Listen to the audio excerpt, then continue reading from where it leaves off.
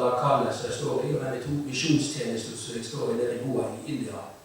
Alt kjekt å komme her og få lov å fortelle litt nytt og litt løye, og så vet jeg at Jesus får all ære til det som blir gjort og det som blir sagt. Derfor er det kjekt å komme i dag også, og i dag så ringte jeg til Martin og sa at jeg trengte en badeball. Jeg har fått en badeball. Derfor var det så dumt at ungene gikk nå. Men det er litt da at en som står for kylden å bruke en badeball. Men nå spør jeg dere, så det har vært så mye spørsmål i dag. Hva er det som er opp og ned på den ballen?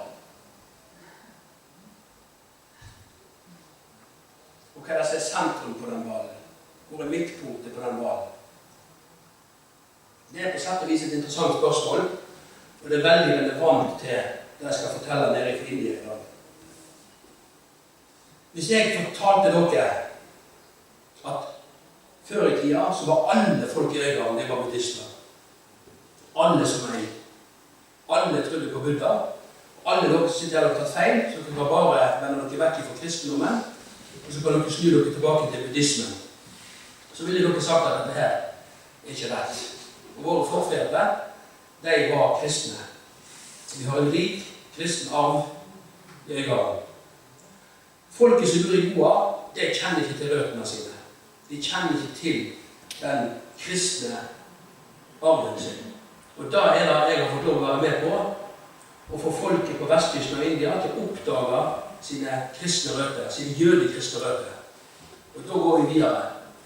Hva er opp og ned på en ball? Dette bildet er tatt fra Apollo 17 i desember 1972. Ser dere på bildet der? Kan dere se noe der? Ja, for her er Sydpolen kommet opp. Og det du ser der, midt på bildet, det er Madagaskar. Og det er veldig hyggelig for deg som bor på Madagaskar, at det er kommet i sentrum av verden. Og så er det blitt nord, det er da blitt ned. Men dette bildet kunne de ikke trykke i lærebøkene, for at alle eleverne kom til å bli forvirret. For de har lært å se på verden på en helt annen måte. Men hvem er det som har fortalt deg at det er riktig å se på verden på den måten? Er dette et mindre riktig verdensbilde enn andre verdensbilde? Hvem var det som bestemte at Roma skulle være sentrum av alle kart, og at nord skulle være opp? Det er jo veldig hyggelig for nordmenn da, at Norge liksom kommer opp i verden, for det som er opp, det er liksom bra da, men det som er ned, det er ikke fullt så bra.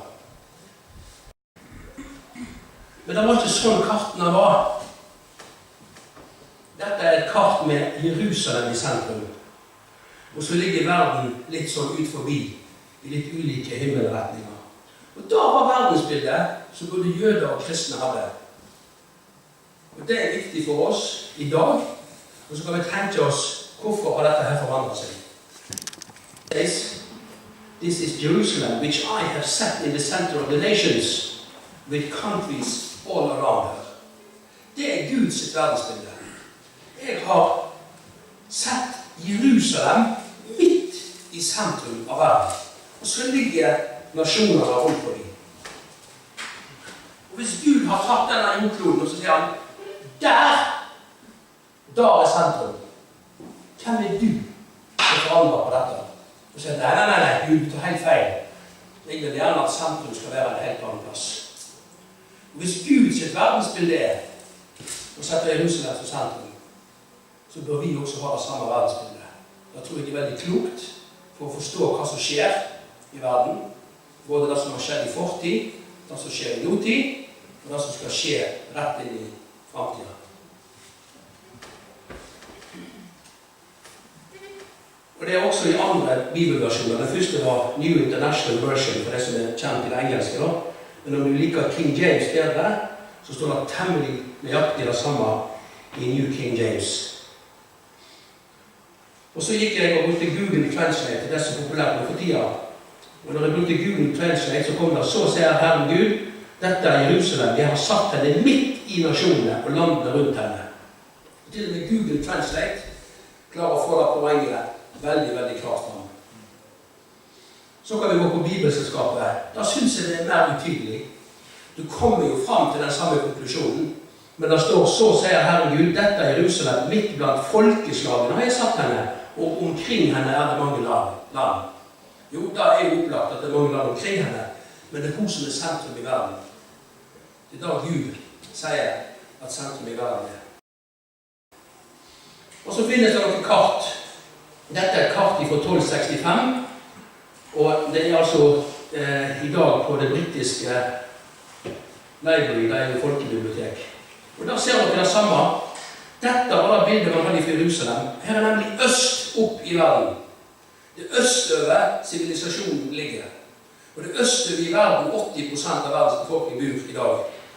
De bor i Kina, i India, det som ligger øst på Jerusalem. Og sånn så Alexander den store på dag. Vi skal østover, vi skal opp i verden, innover Persia og helt til India.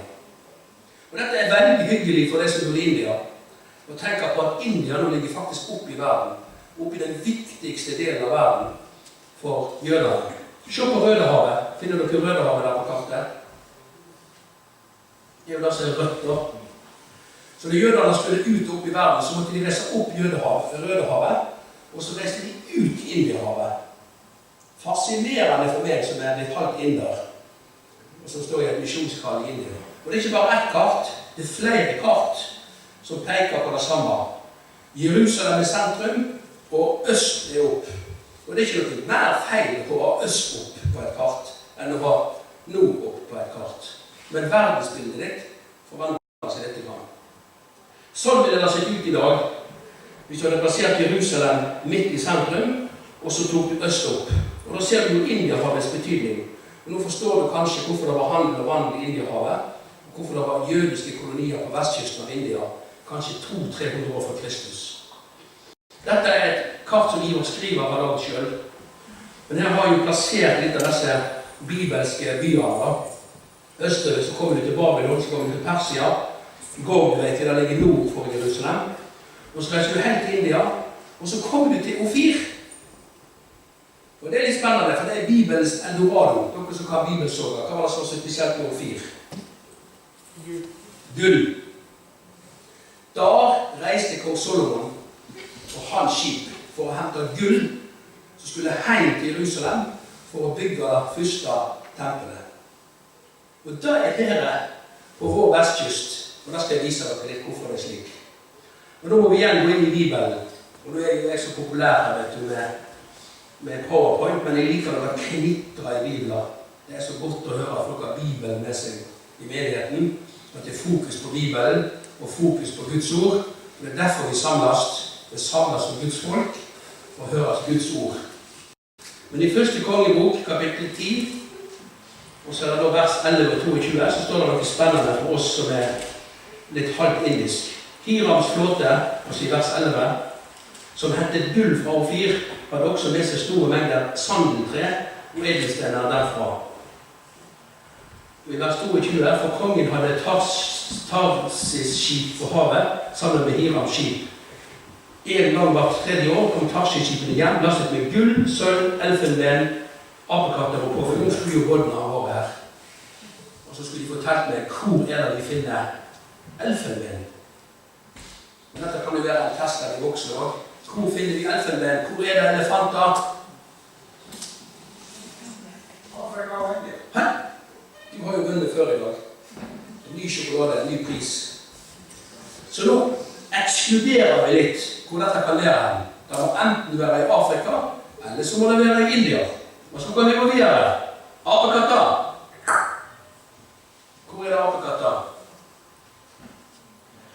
Det er litt apekatter som i fjellsokkelager, men det er litt annerledes. Jeg har masse apekatter rundt huset mitt i går. Og de lager masse styr, de lager masse sjøl. Ungene synes det er veldig, veldig kjekt når apekatterne kommer. Så det her kom i India, da gikk det for langt. Vi tok tommeltoppen for tidlig. Påfugl. Hvor er det påfugl? India. Jeg skal lede det spørsmålet. Det er nasjonalfuglen til India. Det er nasjonalfuglen til India. Vi hadde liksom en sandeltre. Det er også et tre som finnes på vestkysten av India. Det finnes også på Sri Lanka og litt nede i Malaysia. Men summa summarum, når du legger disse tingene til hverandre, så peker det mot den kysten der jeg har vært sendt som en apostel og misjonær i mange år. for å fortelle folket, vet dere hva? Dere har en fantastisk rik bibelhistorie. En fantastisk rik jødekristen historie som er gått tapt. Og hva betyr dette for en person i Goa? Hvis jeg sa til deg, forfedrene dine var en buddhist, så er jeg ikke så sikker på at en øyastrid hadde tatt seg så nær av deg i dag. Men for inderne er det veldig viktig å ære forfedrene sine guder. For jødene er det veldig viktig å ære forfedrene sine Gud, Abraham, Isak og Jakobs Gud. Så hvis mine forfedre er jøde og jødekristne, så trenger ikke jeg å konvertere tilbake til hinduismen. Det var ikke europeerne som kom med den kristne trua til India. Og siden europeerne nå er reist, så trenger ikke jeg å konvertere tilbake igjen til forfedrene sine guder i hinduismen. For mine forfedre var jøder og kristne. Og dette er en stor åpenbaring som kommer til 1,5 million mennesker i Goa. Og vi finner synagogeruin, og vi finner spor etter urkristendommen, koptiske kors. Hvor går kopterne hen? Egypt, Etiopia, ja. Dette er urkirken. Dette er kirken som ble etablert i det første århundret. Dette er kristendommen rett ut fra startgropa i Midtøsten. Koptiske kors finner vi nå på vestkysten av India. Så viser handel og vandel i Indiahavet. Ja vel, da reiste jo egypterne til oss, eller vi reiste til egypterne. Nå ser jeg oss, jeg kaller meg for en god gutt. Gode greier. På vestkysten, i den fjellrekken som ligger der, Vesterngat, der er sandeltreet, som det står om i kongebøkene. Og det er der, midt på vestkysten, der ligger Goa. Da har dere vært med og hjulpet meg, sånn at jeg kan hjelpe 1,5 million mennesker til å finne tilbake til utgangspunktet. Og det er tilbake igjen til Bibelen, tilbake igjen til Guds ord. Det nye og det originale er å gå tilbake til det gamle, til utgangspunktet, og det er Guds ord. Så står det noe på engelsk her. Hvordan kan vi vite at Ofir er i India? Det som kort forstår her er at kopterne har et ord for Ofir som heter Sopra, Sofir. Og det er kopterne som har slått fast at Ofir ligger i India. Og det er jo de som har hatt handel og vandel gjennom på tvers av India. Og her er det kart igjen som viser handel og vandel fra 250 år før Kristus til 250 år etter Kristus. Og det viser igjen, da var det handel og vandel, da var det handelen stod, da var det jøderne var aktive. De reiste opp i verden, som vi så, ut Rødehavet, inn i Indiahavet, og var flinke handelsfolk. Handlet alle disse handelsvarene lenge før Jesus kom. Hvor tid begynte det å skje noe i Nord-Atlanteren? Det er en ny handelsvei. Hvis vi går 500 år tilbake i tid, så var det ikke mye som skjedde i Nord-Atlanteren. Men dette er tilbake igjen flere tusen år. Sivilisasjonen var i Indiahavet. Flere her kan sikkert om silkeveierne, Marco Polo. Rik handel som gikk mellom Mellomøsten og helt til Kina. Men det var ikke bare på land. Vi tenkte bare om silkeveien på land. Silkeveien var like stor i havet. Og det var denne handelen portugiserne kom for å overta, og de gikk inn i Indiahavet og knuste Thomas-kristendommen. Brant jødiske kolonier og gjorde alt dette her om til katolske kolonistater. Goa i dag, hvor ser folk i Goa i dag på jøder? Jo, dette er et førstesidesoppslag i en av de 4 engelske dagsavisene vi har. Og de får 13. desember 2009. Man spør seg om israelere er sataniske besøkere, altså det er satanister som kommer til å besøke oss. På første siden i avisen. Og her er det noen prestestudenter som går på presteskolen, den romersk-katolske, som har reist ut på strendene for å studere jødernes oppførsel. Og drar det konklusjonen at dette er Satans ormyngel, som vi egentlig ikke bør ha det på kystene våre. Så langt inn i antisemittismen har man kommet opp gjennom århundrene og vekk i utgangspunktet, nemlig at vi har en rik jødekristen arv. Ivar, kan jeg spørre meg? Ja.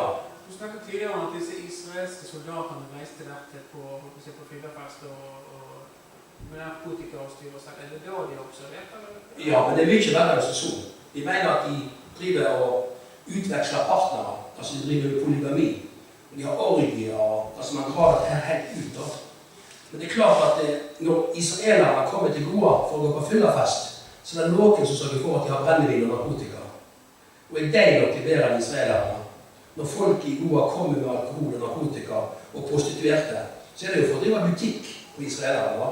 Så hvis de er sataniske besøkere, så er det jo de satanister da, som sørger for at de kan holde frem med de satanske tingene sine. Så det viser antisemitismen. En jøde er noe vondt, altså man tar alt med en kam. Men så har det skjedd noe. Og det er det jeg vil dele med dere. Fordi at hvis jeg hadde kommet tilbake i dag og sagt 1000 takk for all støtte i filmeri, alt jeg har valgt med har vært helt feil, alle teoriene mine er bare tull, 1000 takk, nå går jeg. Det da kan jo skje når man jobber med litt historiegransking, man går fra litt gjennom ruin, og folk sier han er litt løyen han Ivar skriver. Han hevder han har født en gammel ruin, en gammel synagoge. Men nå kommer gjennombruddet. Og gjennombruddet kom ikke blant de kristne først. Det kom i forretningsstanden, med forretningsfolk. Og nå har Goa sitt handelskammer bestemt seg for vi må faktisk reise til Israel. For det er sånn at vi har en voldsom manko på teknologi, vi har en voldsom manko på kunnskap, og vi må reise til jødene, og så må vi lære av dem. Så nå skal de på tur til Israel, og så skal de lære seg hvordan de skal videreutvikle turismen sin, hvordan de skal få orden på landbruket sitt, og på andre sektorer. Så erkjenner man, men jøder er jo faktisk ufattelig smarte, utrolig intelligente. Og de velsigner jo verden. De finner opp ting som gjør at vi kan bruke mobiltelefoner, som gjør at vi kan ha hjertestartere i ambulansene våre. De er helt i verdensklasse på jordbruk. Lærer om hvordan man skal få brukt vannressursene maksimalt til å få ting til å vekse midt i en ørken, og så videre og så videre. Halleluja! Så viser handelsstanden vei, og så må kirken faktisk også henge seg litt på da, og se at dette er jo faktisk viktig. Men antisemitismen henger såpass igjen, og nå skal jeg fortelle dere noe som de er hver Jønsok. 23. juli så har de en festival som heter Johannes Døyper-festivalen. Og da kler de opp en dokke som en jøde, tar på den svarte frakken, jødehatten, og så pisker de dokka, og så brenner de opp på bålet. Og det skjer altså i 2013, og det skjedde senest nå i juli. Og da skrev jeg og skriver i avisen. Og dette er liksom vårt Bergens Tidende da, sånn som Bergens Tidende var før i tiden, og det var fullformat. Så fikk jeg i halv side, og sier at dette her er ren antisemitisme. Det går tilbake igjen til jødebrennelsene, det går tilbake til inkvisisjonen, og det kommer frem med dette den dag i dag. Og her er bildet av denne festivalen. Og eksempel at det er en professor på Hebrew University i Jerusalem, altså det hebraiske universitet, og hun holdt sikkert på dette av stolen og sa, hva er dette her? Er det Papua Ny Guinea? Er det ute blant der folk som ikke har sett sivilisasjon før? Nei, det skjer i turistplassen Goa, der det kommer 2 millioner turister hvert år, og så det er en plass der du faktisk finner de rikeste inderne i dag. Og sånn har de altså jobbet for å få dette til da. Altså de dresser han opp med den svarte frakken, med jødehatten, den ortodokse, så plasserer de en sigar i munnen hans og solbriller. Så dette er den rike handelsmannen. Og så forbanner de jøderne som folk. Da holder de på med den dagen. Og så sier jeg, hvis dere vil bryte disse forbannelsene, så er ikke folk i Goa, så må dere slutte med dette her. Og så må dere begynne å velsigne jøderne. Og så må dere tilbake igjen til utgangspunktet, for dere har en rik jødekristen arv. Og da har vært litt av oppdraget mitt, og dette har en effekt på hele staten og oppfattelsen av seg selv. Og mens det kan være vanskelig i dag å få inn innlegg i kristne aviser, så viser det seg at det er lett å få inn ting i sekulære aviser i Goa. Her er det igjen en halvsida som er kommet i vårt Bergens Tidende, som går på at Ivar Fjell har funnet koptiske krosser og en gata som heter The Street of the Jews, Rua de Judeus, og så finner tilbake til ting som har vært skjult. Og det er veldig utfordrende for folk i Goa, men det er veldig hyggelig, fordi det er 2 professorer som støtter meg. Det er ikke lenger bare lekmann Ivar Fjell, en halvstudert røver i Fjellsåkna. Nå kommer det 2 professorer og sier at dette er såpass viktig at dette er vi nødt til å ha en konferanse om. Da er det spennende. Da føler du liksom, yes, halleluja, lovpris Jesus. Dette er svært. Vi støtter de fra inni i øynene. Og igjen så er det at antisemitismen henger igjen. Når jødene ble brent på bålet i Goa, så hadde de oppstilling framfor en stor katedral. Og da kom folk i ulike kirker sammen, og så skulle de være med på denne seremonien da, når disse her ranglærerne skulle brennes. Og så ringte de med svære kirkeklokka. Ding, ding, ding, ding, ding. Den ringer den dag i dag, og kaller inn til katolsk messe i hovedstaden Penning. Nå fikk jeg dette på trykk, og så foreslår jeg, ta ned den kirkeklokka og få på museet. Og det er jo en kjempeutfordring for folket selvfølgelig. Men jeg ser at hvis du virkelig vil ta et oppgjør med jødehatet deres, antisemitismen, så lager dere et inkvisisjonsmuseum. Tilsvarende et holocaustmuseum, som man har for eksempel i Jerusalem. Og så slutter dere å forbanne Israel, og slutter å forbanne jødene, og så begynner dere aktivt i stedet for å velsigne dem. Så skal dere se at det skjer noe i himmelen. Der sitter en Gud som er Abraham, Isak og Jakobs Gud, og er veldig opptatt av hvordan vi forholder oss til jødene og staten Israel. Ikke fordi at de er perfekt, ikke fordi at de ikke gjør feil, ikke fordi at de tror på Messias, men fordi de er Guds utvalgte folk. Og Guds plan fra A til Z, og bruker jødene og bruker staten Israel i dag. Og der kommer det som jeg synes er så kjekt å komme og fortelle dere. Det blir en stor konferanse i Goa om dette temaet. Og da har vi fått en professor som kommer til oss fra Jerusalem. Hun heter Shalvarein. Og hun har en så lang CV at min bare bleikner. Jeg har noen små på CV-en min, så gjør at noen kanskje vil høre på meg av og til. Men hun er en av stjernene på det som heter Senior Researcher at the Research Institute for Innovation and Education. Men hun er den som skal få jødene til å bli enda flinkere til å utdanne seg, til å være forskere, til å være spydspissen i verden. De må være et hestehode framfor andre, hvis ikke så vil staten Israel utslette av sine fiender. I morgen. Hun er en av de som trener jødene på å være helt i verdenstoppen på utdanning og på forskning. Og så er hun veldig opptatt av India. Hun sitter i styret for den indisk-israelske vennskapsforening, også kulturforening. Og det er bare én som skal ære for dette, og det er Jesus. Det ligger sånn på hjertet hans at folk skal få en sjanse til å ta et oppgjør med vondskap, med antisemitisme og jødehat. For å vende seg vekk fra dette, og snu seg og vende seg mot Bibelens Gud, og be om tilgivelse. Og det er noe som kan skape masse rørsle nede i Goa. Men da håper jeg virkelig at det er det som kommer i kjølvannet med dette. Og så har jeg fått med meg en hindu-professor. Han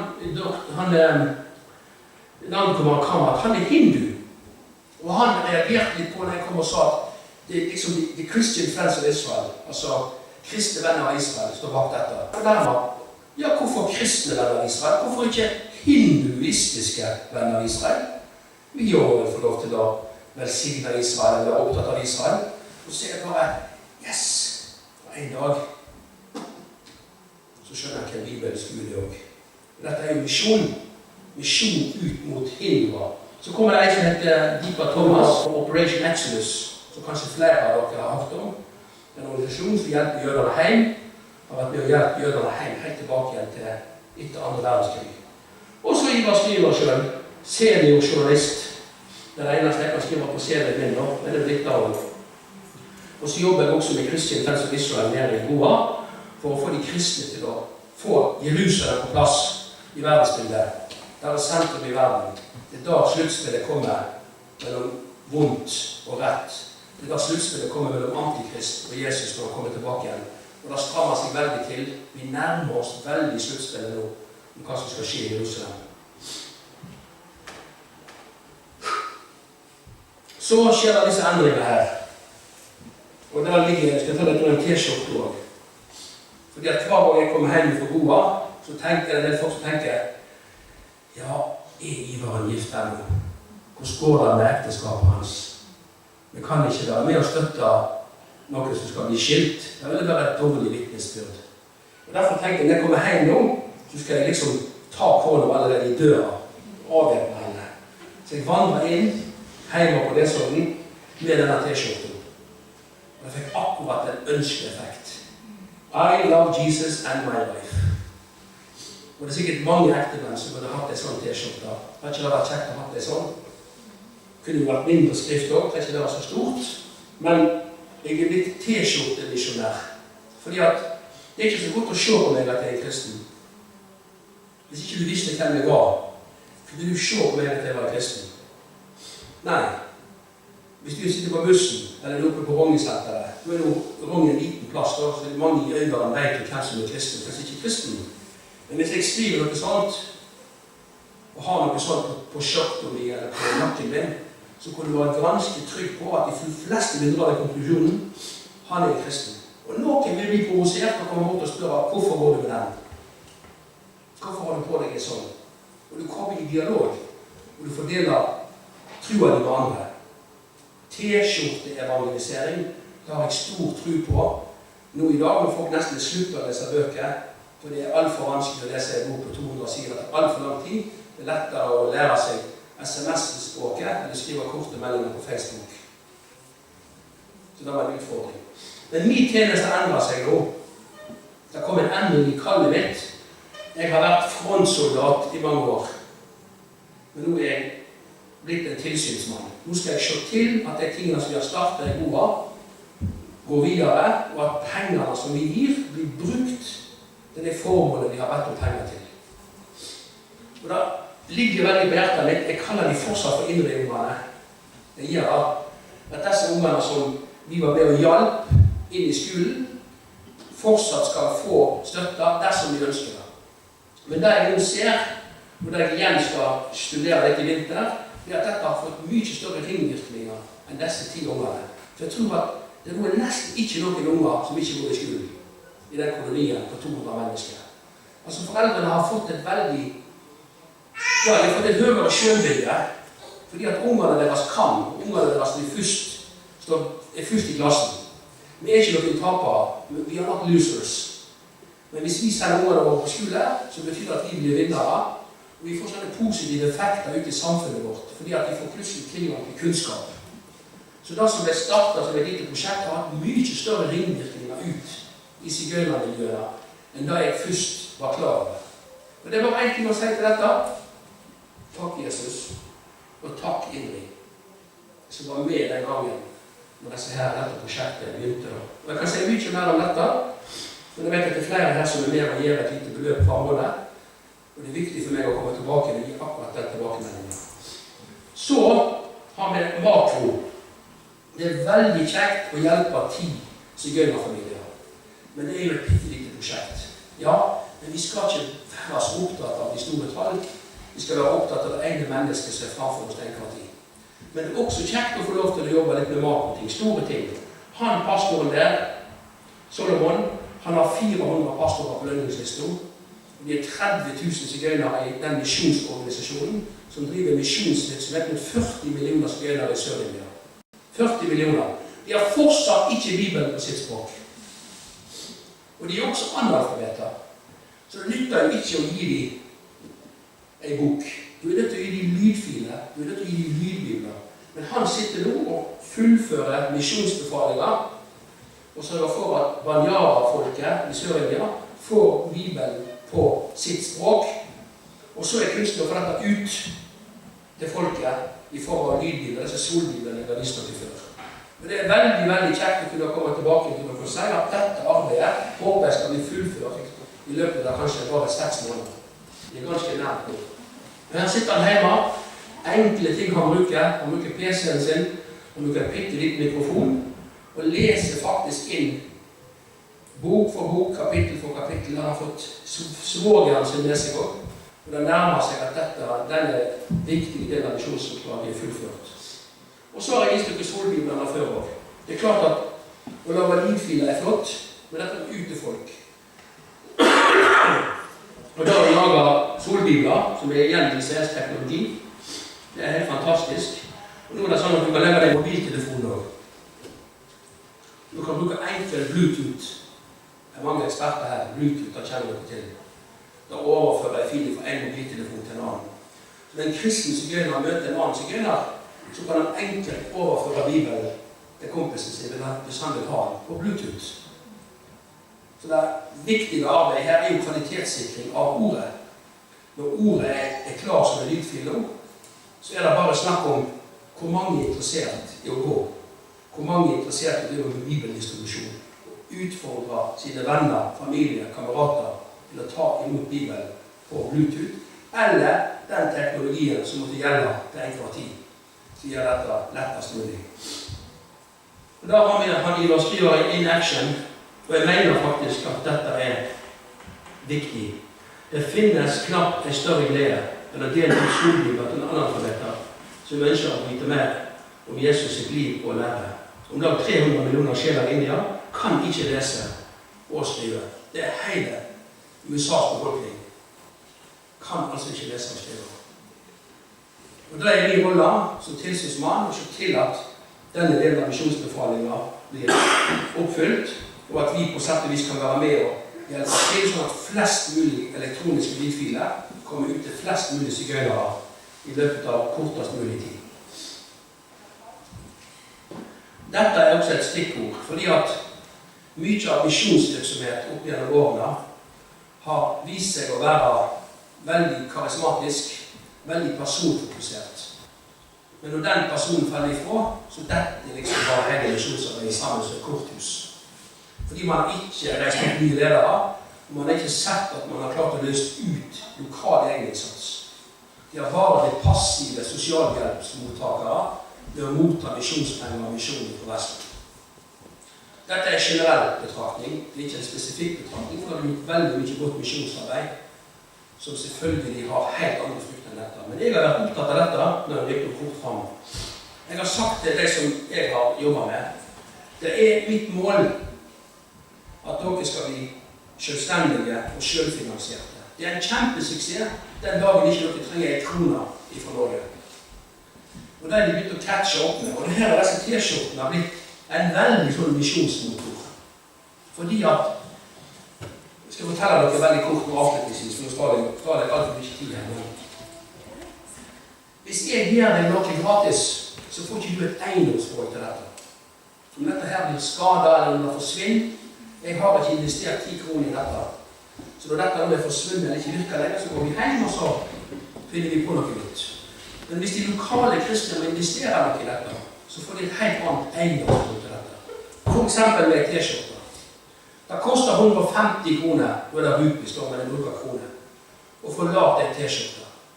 Hvis du får lov til å kjøpe denne med for 50 kroner, så kan du gå ut og selge for 200. Og så kan du ta mellomlegget, og så kan du finansiere drift og lønn i misjonsorganisasjonen. Og da har de catchet opp med, da har de forstått veldig. Så når vi lagde de første par 100 t-skjortene her, så kom de med penger på bordet og sa, dette her har jeg lyst til å være med på. Så investerer jeg 50 kroner av mine egne penger, så går jeg ut, og så selger jeg for 200, og mellomlegget på 150 skal ikke tilbake til Ivar Fjell, men det skal brukes aktivt for å gjøre misjonsorganisasjonen selvstendig, finansiere sin egen misjon. Og markedet i India er enormt. Det er 40-50 millioner kristne. Det er millioner av turister som kommer. Masse folk fra Vesten som man også tenker seg å kjøpe et eller annet motiv. Så dette har jeg tro på.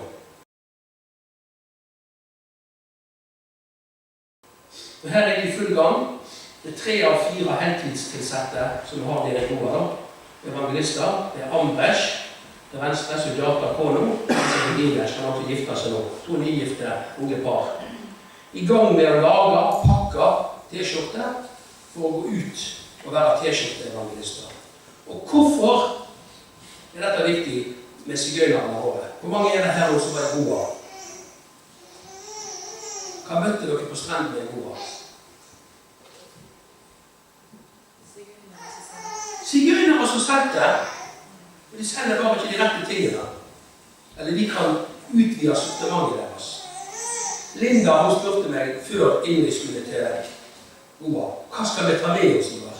Altså vi kan samle inn ting for Sparebanken Vest, og vi kan fylle kofferten. Men jeg sa, ikke kom med noen verdensting. Vi kommer med en masse ting som de ikke trenger.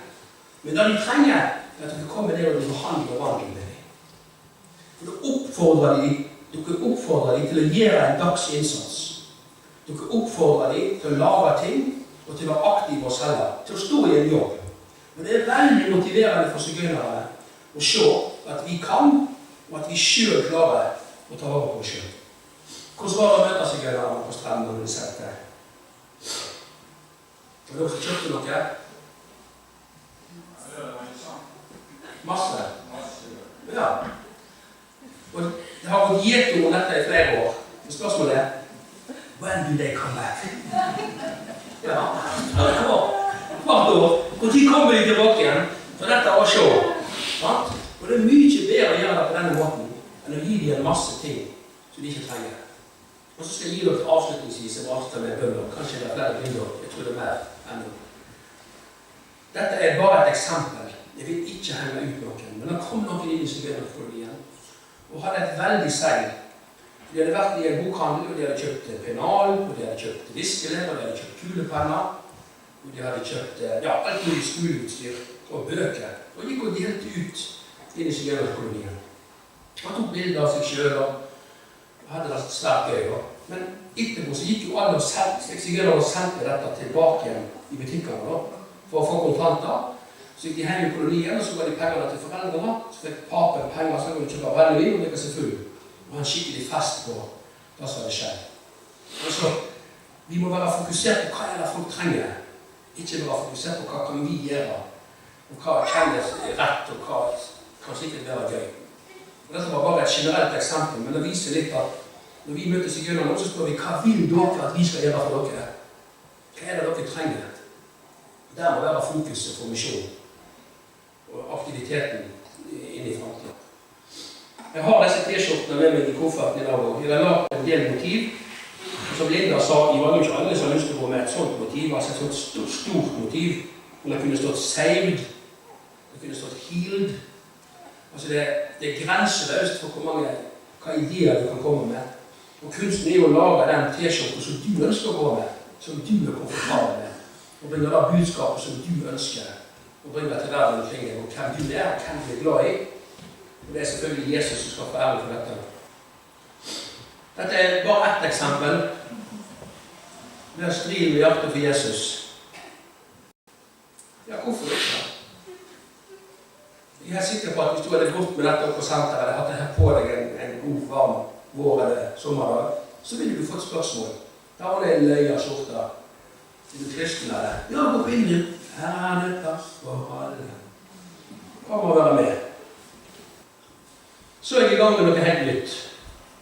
Det er da med at når oppdraget i Goa skifter fra å være en aktiv frontsoldat til å bli en tilsynsmann, så får jeg mer tid med tanke på Norge. Og nå ser jeg litt inn i det samme som jeg har sett litt i Goa. Er historieforståelsen vår korrekt? Er historieforståelsen vår korrekt når det gjelder kristning av Norge? Jeg har aldri klart å forstå hvordan man kan kristne et landets verd. Jeg har ikke fått det til å stemme at disse kongene våre kom og trua folk med mordbrann. Hvis ikke de ble kristne, så skulle de brenne ned både åker og eng og drepe folk. Og jeg tror at det har vært kristne i Norge før den offisielle kristningen av Norge. Og at Norge har hatt en kristning også i Den hellige ånds kraft. Og vi finner spor av kristendom tilbake i Norge på 800-tallet. Det var senest et spor som ble funnet i Sogn i sommer. Da fant de et støypekors, altså en stein, da man støypte kors i en kvinnegrav i Sogn. Og det er 230 år før Moster. Men jeg er ganske sikker på at denne kristendomsformen aldri fått skrevet historien om seg selv. Jeg er sikker på at dette var forfulgte kristne som opplevde det veldig tøft i møte med denne ufine kristendomsformen som vi har klart å presentere i våre skolebøker og i vår kristendomshistorie, som skal liksom være kristning av Norge. Jeg er helt i begynnerstadiet på dette. Ny tankesmie som heter 12 steiner. Det skal være et seminar på lørdag oppe i Vindebakken, i kantinen på BKK-bygget, det heter Sartora-tjenesten. Så hvis noen som er interessert i dette, og hva jeg så langt har funnet ut om disse tingene, så er dere hjertelig velkommen til å komme på det seminaret.